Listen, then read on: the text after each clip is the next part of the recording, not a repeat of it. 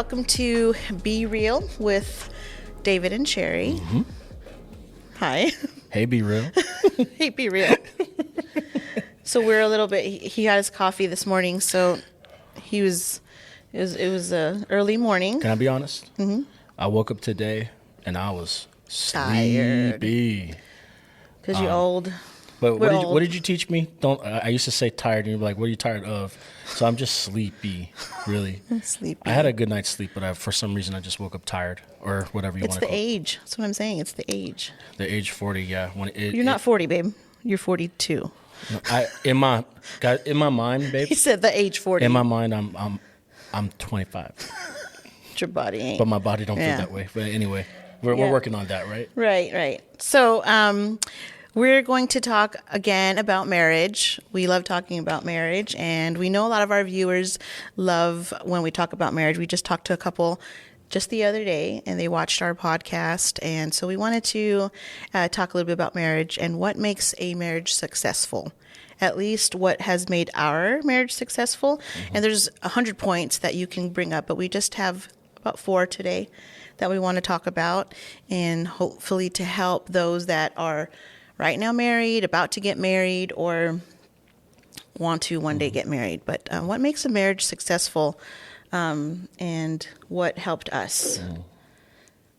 You know what helps me in our marriage is how you like a lot of things that I like, and this is unrelated to probably what you have on your notes, but I just wanted to say this.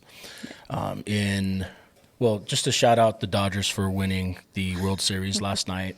It's a current event, so I'm just going to say it. We're not Dodger fans. I'm not a Dodger fan, but I love baseball. And Troy is in the building. So I got to give honor to him. Honors due. And Troy is the best producer ever. So I'm going to shout out his team. He's a Dodger fan, and they won. So you just got to give them their flowers when it's time. Give them their flowers.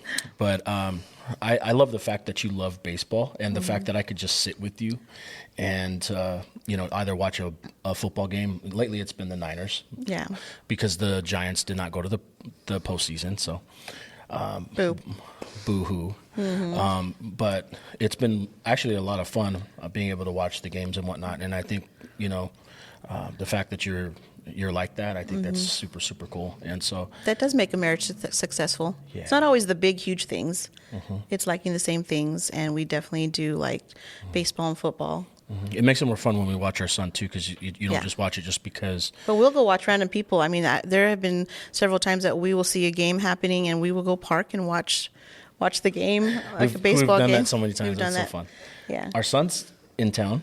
Yes, he was on his way here from San Diego. Yes. He has a game today at CSN, so this is very, very exciting. After this, we're going to go pick him up. And so he is going to be here for the weekend. I mean, he's in college, and he's been gone almost 3 months, and I've probably flew him in already 3 or 4 times. So I miss him, but I get to see him every few weeks just because I'm that mom. And so he's going to be here through the weekend, and we're very excited to watch him. You're definitely that obsessed mom. Stop. Okay. So let's talk about marriage. Let's go to point number 1. I brought up... Stop. Sorry. I didn't get over it.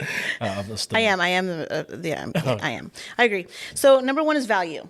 Okay. I know that you have been, in this past year or so, like that word value has been something that has been on your heart, and you've asked me already several times, and you'd randomly just come to me and say, how can I bring value to you today? Or how can I bring value to you? And you actually just did that the other day.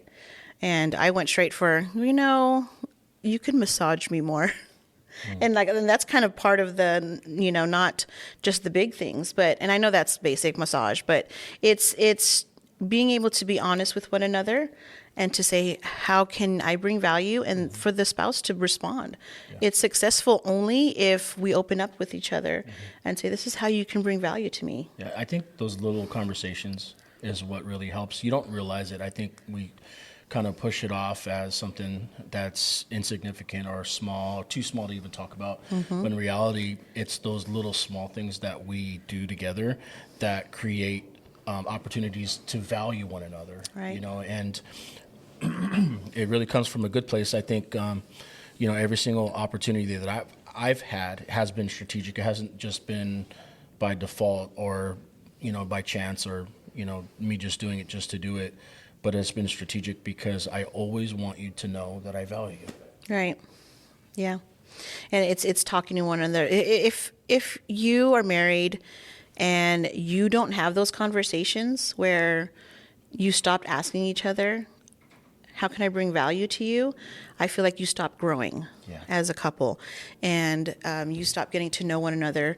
And we've talked about this before, that in different seasons, your needs change, your wants change, and what you need, differs from when we first started dating. Right. And so the value that you bring won't always be the same as it was 10 years ago, 3 years ago. And so couples, you need to communicate with one another. And that could be, how can I bring value in every area of your life? In the intimacy area, in the support, in conversation. And so if you guys are not talking to one another and have these safe spaces where you're able to be vulnerable enough to say, I feel like you don't value me in this area, and I would love for you to do that. You cannot have a successful marriage. You can't guess.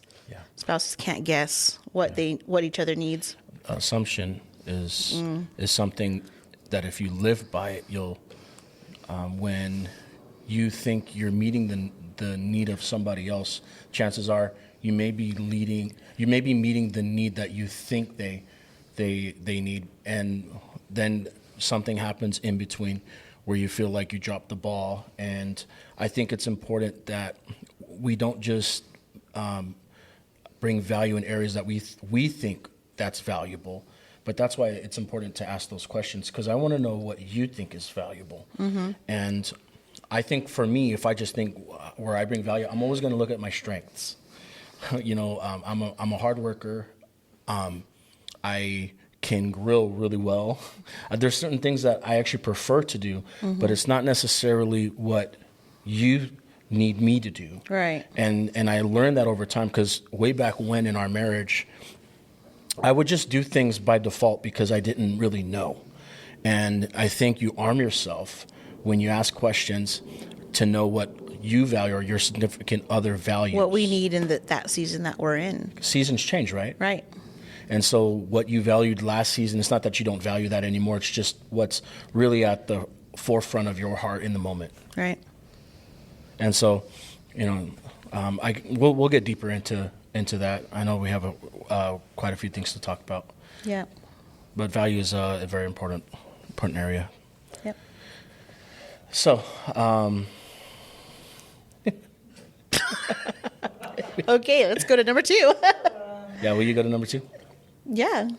Let's talk about honor. You talk about honor. Okay.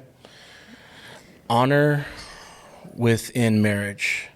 I think that's a subject that you and I have kind of been on for some time now. I think we've been investing in that area.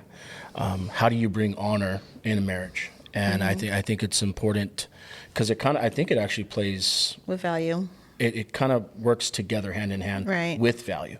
So you give honor to what you value. So if I value you, I'll give honor to you. And I think that will also trace back to why there's some things that maybe, that could be better within marriage. It may go back to some people don't area. know what even honor means. Yeah. Like how do I honor my wife, my husband? So if you can give an example, what do you do to honor me?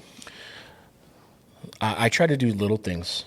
I don't want to make it sound, these huge things that I do. It's like all these little things. Like, for example, a lot of ways that I honor you is I take what you say to the highest regard.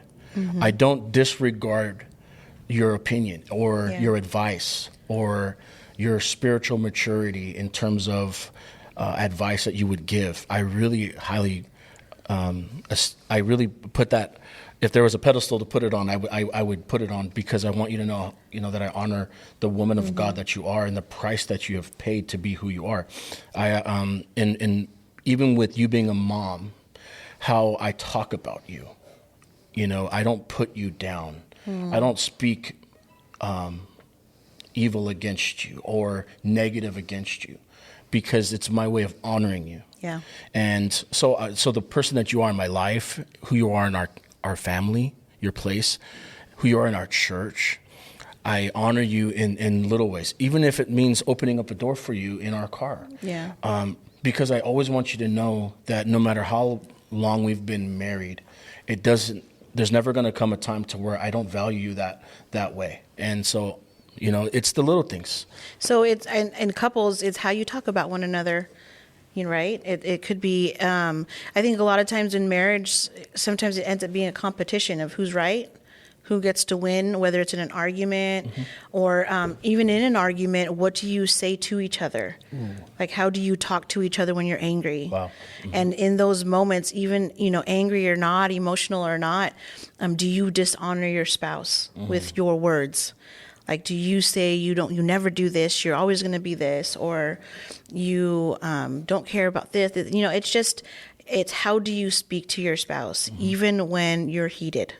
Wow. How do you speak about your spouse to your friends when you're heated, or to your in-laws, or your the closest people to you? How do you speak about your spouse? Do you honor them or do you dishonor them? And so it's the honor thing is, it's got to be, you've got to honor your spouse no matter where you're at in your life. Sure. Whether it's, you're in a heated moment or you're in an argument, don't bring dishonor, because that sticks and it stings. So your conversations with your spouse, whether it's arguments or whatnot, do your very best to always honor and not speak down, because that breaks your spouse down. Yes. Right. And so That's so true. yeah, so I think marriage shouldn't become where it's a competition, where who's right or wrong. That's not how marriage should be, right? It should be, we should both be winning together. I think that's an area that is not really discussed very much, because we know that we have real feelings, especially when we go through hard times or if you're hurt. And the worst version of myself in the past has always come from a place of being hurt, because then I end up saying things I shouldn't say. I end up making decisions I should not make, and I end up speaking words out of my mouth towards anyone, for that matter, because I'm hurt. And I think that's an area where the enemy uses to tear people down instead of build them up. And the reality is, the person that is across from me right now, my best friend, the love of my life, my words can destroy you. Right. Sometimes I don't think about that, because if I'm caught up in what I'm going through or what I'm feeling in the moment, I have no problem using my word like a wrecking ball to wreck, to bulldoze whatever's in front of me, because in the name of hurt. And let me say, you've never done that. Right. Yeah, you've never. I will say, almost 22 years in March, right? I'm right on that. 22, right? You're getting better. Yeah, thanks. You've never, ever used words to dishonor me. I will say that, no matter how wild I can get, or no matter how emotional I can get, or even with my words, you have never, ever talked down to me or said anything about my character. And so that's actually pretty honorable on your end. I will say that you are very careful with what you say to me, and I'm pretty sure you think stuff, right? Like, if we're in a moment, If we're being real, your mind can think some pretty crazy things. but you've never said it to me to destroy me, and so I'm grateful for that. So honor. You can't let your thoughts materialize. Yeah. You can't bring life to Yeah. thoughts that you get out of a feeling or emotion.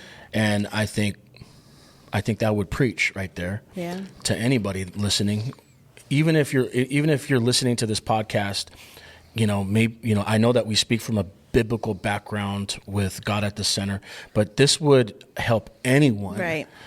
to have a healthy marriage. Yes. If you would understand the power in your words. Right. And when you allow that to come out of your mouth, you're bringing to life things that will tear down. It will not build up. It will not help the situation. Right. All right, let's move to 3. We put, don't stop courting one another. So don't stop dating. That's a big thing, especially if you are a young family with young kids and you have full-time jobs or you're serving ministry, dating can be sometimes challenging and difficult. But dating does not have to be big, fancy steak and lobster dinner dates. So let's talk to the family. And just like us, when we first started raising our kids, we didn't have huge budgets. So dating doesn't have to be this huge, elaborate, candlelit dinner, right? Dating can just be taking time, spending with one another, and making it a non-negotiable. So dating and courting. That's it. I said courting. So don't stop wooing one another. What did you do to get the attention of your spouse? How many years ago did you stop doing that? Yeah. That's big. And we've been married a long time, and there had been seasons that it felt like, wait, we need to reset because we're now just going into maintenance mode and it's robotic. But a successful marriage, whether it's 50 years or going to 5 years, whatever it is you cannot stop doing what you did. No, I think we talked about in our last podcast, don't stop showing up at my doorstep with ice cream when I have a headache. It's just those little things. It's what did you do to win their heart? And did you stop doing that? Yeah. And why? Yeah. Why do you stop dating? Yeah. Why do you stop courting? Courting, it basically gives you this level of motivation to step out of your comfort zone, to do things that you wouldn't normally do for the purposes of wooing someone. Right. And I think we see courtship as a destination, that once we reach the destination, it stops. It stops, yeah. But in reality, I'm courting not just the woman who you are now, but I'm going to court the woman that you're going to be in 10 years from now, and so forth and so on, because we're ever changing. We're always growing. And you're not the same person that you were back, when we first dated. You're better than that. And I want to get to know that person. I want to woo that person. Okay? And that's how you keep things burning. Yeah. We'll talk about feelings because that's part of it. There's a saying that when the butterflies stops, that's when commitment kicks in. Right. Meaning, like, if you're in a marriage and some people leave marriages because they're like, oh, we fell out of love, or I don't have feelings like I used to. And that saying is, well, when feelings fade, commitment kicks in because you made a commitment to one another. And I mean, I don't know, do you agree with that statement? I do somewhat agree with that statement as far as commitment kicking in when feelings fade. I've heard that statement.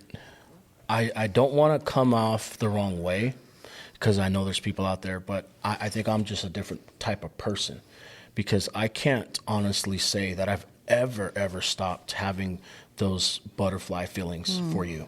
And I'm not just trying to get some brownie points. Now, if I do get brownie points, that's just the favor of God on my life. Okay. But reality is I've not one day in my life have I ever stopped having butterfly feelings. Now, I'm not saying that we haven't had heated moments. Right. Okay. Because did you have butterflies when I was yelling at you? Yeah, actually. I have. Because I don't mix. I don't mix it. Yeah. Okay. And I guess that's just my personality. Maybe that's just the type of person I am. Yeah. I don't mean to offend anybody. If you're listening right now and you're like, well, I'm not like him. Well, we're all different. Right. I get it.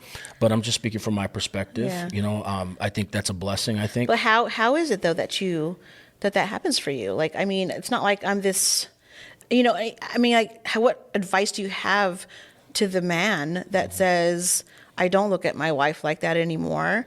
When she walks in the room, I don't get butterflies anymore. Like, how do you keep that? How do you keep looking at me the same way as you did when we were 19 years old? I think, number one, God being at the center of that. Sure. For sure. I'm trying not to say these answers that are very cliche, but I'm just speaking from my perspective because I value and honor you so much. Yeah. I just look at I'm one decision away from losing the one I love, and like I don't ever want to do anything To lose that. detrimental. That's good. To lose you, and it's like having $1 million. For some people, they value that so much they would protect it with their life. Right. That's how I view That's you. good. You protect it. I protect you with protect my life. this. I would rather put myself in harm's way than harm what God has blessed me with, because it's no matter how much time goes by, I'm never not going to look at this as my greatest blessing in my life. That's good. And so because of that, it allows me to compartmentalize or isolate situations and not this mix. is just a moment. Yeah, this is just a moment. This is not a defining moment in our marriage where, you know what? Oh, I'm so angry at you. I don't, you know what? Oh, how I used to feel, I don't feel that way no more. Right. To me, it goes deeper. Our love goes deeper. That's why that's why I look at you and even being faithful to you, Right. as an area that I'm not willing to go to. Yeah. Because I feel like our love is so deep that I would hurt you so deep that I would not be able to get it back. And so because of that, because I live that way, it keeps me on the straight and narrow. It keeps me where Keeps your eyes right here. No, yeah. And I'm honest with you. Yeah. I'm not dumb. Okay. I know what looks pretty and what doesn't. Okay. Right.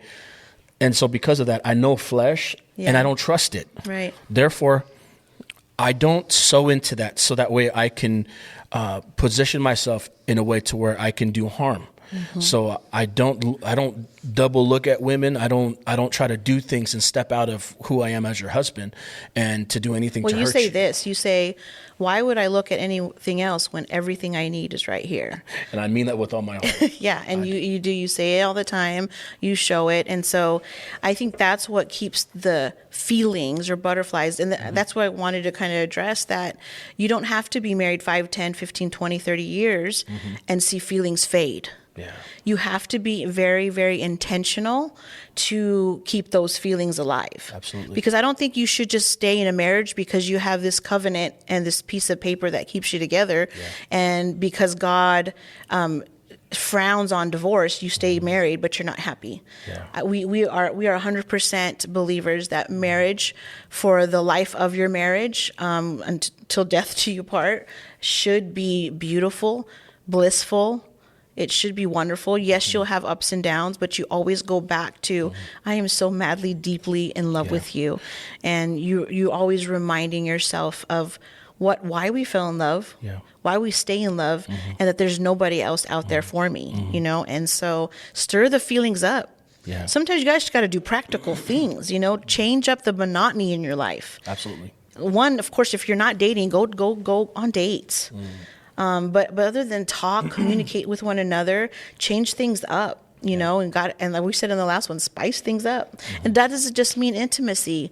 It just means be friends again, hang out and laugh and stir those feelings up. And sometimes it can get as practical as, hey, don't get so uncomfortable where you don't fix yourself up. Yes. You know, don't get so comfortable. Do your toenails, do your lashes, girls. I mean, we used to say that. What did you say? Paint your barn. Paint your barn. No, that's true. You know, that's very true. Don't get me wrong. I mean, I think you should feel comfortable. And ladies, like I could wear sweats. I get it. You know, it's like those memes. As soon as you get home, he hates wearing. I wear immediately sweats. You're in sweats. You're in. He hates that. Yeah. Well, I mean, I'll say he hates that, but he'll look at me and be like, "You going out like that today? All right." But that also reminds me to, you know, for ladies, and I know moms, I know stress, I know we could get all like exhausted. I'm not saying we got to be all done up all the time, but don't let yourself go to the place where you're not pretty to look at. You know what I mean? Absolutely. Comb your hair, brush your teeth. But guys, that goes for Wash you your too. hair. Okay. Yes, man. You know, I don't always want to go to the gym, but I'm trying to do it more because I want to remind her why she married me. Okay. So you may not be able to see my shoulders yet, but I'm getting it back to a place where you can see the definition. The definition of the six pack. Yes. I'm trying to wake it back up. Right. You know? And so it's just, to me, I think that's special. You know, it's because you value each other, and I'm not doing it for anything else but for the purpose of the one I love. Yeah, yeah. All right, let's go to our last one. Okay. It's pillars. Be one another's pillars. So also to be each other's strength, to fill each other up every day. Yeah. How do we fill each other's cup every day? Yeah. You know, I know what buttons to push to get you annoyed by me. Yeah, you sure Sometimes do. I do it effortlessly because I don't even realize I'm doing it. Effortlessly? Y'all know about that? You just have this way of annoying your significant other. Oh, wait. So we had a bagel this morning, and we went to... Oh, don't tell him that story. Yeah, we went to get bagels this morning. I was going to get a specific kind. Oh, he specifically asked me to get a different kind so we can share his and mine. So I was like, okay, let me just not do mine. And so we went to eat our bagel. I saved him the half, and I turned, and he finished his bagel without sharing with me. And so he was like, oh man, I forgot. So I'm like, you totally did not fill my cup this morning. Okay, guys, listen, when you do wrong, there's no point in making excuses. When you just drop the ball, the best thing to do is to admit it. So I'm doing it before all of the friends and family and 'cause everyone it just watching. happened an hour ago. I'm sorry. I messed up. That was You my owe bad. me a cinnamon raisin bagel. Girl, you got it. I'm going to get you the best one. The best they got. But yeah, so that was the last one, is fill each other up. Fill each other up every day. And that kind of goes with bringing value. But husbands, wives, did you ask your wife today, how can I fill you up today? We don't do that. No, I'm not saying that we try to do it every day. We don't do that every day, but we do try. But I want to ask the husbands and the wives out there, did you ask your spouse, whether it was a text message or whether you woke up that morning and you said, baby, how can I fill you up today? Yeah. I will bet you that if more couples did that, your marriages would be so much more successful. Absolutely. And so if you're watching and you're a couple, can you try that and just try every day or as much as you possibly can when you wake up, when you go to bed at night, whatever time of the day is, ask your spouse, babe, how can I fill you up today? I will bet that marriages will grow stronger because of that. Yeah, and even let us know about it. You know, please. Don't be afraid to reach out to us and say, hey, remember when you said for us to do this? To fill each we other did it up. for a week and this is what it produced. Yeah. And we would love to hear that. That'd be a great encouragement. Yeah. But it's true. Right. It's so true. You have to know what fills the other person, though. Yep. I know what fills me. What? What fills me is quality time. I love quality time. Yeah. I love it. Oh, eating. That always fills me. It fills me physically and emotionally. Right. So, and you're such a great cook, and I don't just say that. I think consistently, I have said, I really believe it, and one of the reasons why I married you is because you're such a great cook. But that fills me. It really does, because I'm just a foodie guy. I love that kind of thing. And there's other things too that we do, like we go on vacations. That fills me. Just the little simple things too. Yeah. It's not even the big things. It's sometimes it's just sitting in a park together, taking a walk, or Sending a text message to one another, make it really graphic. Send graphic text man, they got some messages. emojis these days. They do. Yeah, use your imagination. Mhm. Yes. But it fills each other up. Marriage only, guys. Marriage That only. in your covenant of marriage, man, you gotta make it good, make it real good. But yeah, so there's certain things that can fill each other up, but talk about that with one another, and those are just 4 things that would make a marriage successful. There are countless things, but those we try to value a lot in our marriage. And I will have to say we have a pretty good marriage. We have our ups and downs. We definitely have our moments, but we definitely value one another. We definitely want to grow very old together, and we are very happy in our marriage. And so, just implement some of these really small things, guys, and I know that would impact your marriage greatly. Absolutely. My advice before we close things up to all of you listening today is, don't just highlight moments where it is a struggle and you're going through it and it's very difficult. Also highlight the wins that you have in your marriage, that even with the little things, when you take a walk in the park and you talk to each other, speak it with your own mouth and say, we're winning. Yeah. Our marriage is beautiful. Yes. This is wonderful. Yeah. And when you start speaking that, it's not just the power of words of, positive communication. I'm talking about really framing what your tomorrow is going to look like. Because if we keep saying that our marriage is terrible and we use the D word, which is divorce, and we keep saying, I'm tired of this and I'm this, all we're doing is we're doing the framework and the scaffolding for tomorrow. Right. And so I encourage you, if you're really striving to have the very best marriage, and I promise you this, God wants you to have a wonderful marriage. If you've been married 1 year or if you've been married for 20 years, Right. God wants you to have a wonderful marriage. Yeah. And you can have that. You don't have to settle. And it takes work. But I promise you this, whenever you sow a seed in good ground, you will reap a harvest. And your spouse is good ground. The best ground. Yeah. And so that being said, we appreciate you for tuning in today to Be Real with David and Sherrie. It's always a pleasure. It's always an honor. We hope that we're bringing value to your life. And today, if we brought value to your life, why don't you share that? Share this podcast. Share it with your friends and family. Share it with people that you know that would need to hear an encouraging word. We hope to be a blessing in the body of Christ and also be a blessing to anyone that's willing to take the time to listen to our podcast. We love you guys. Have a great day.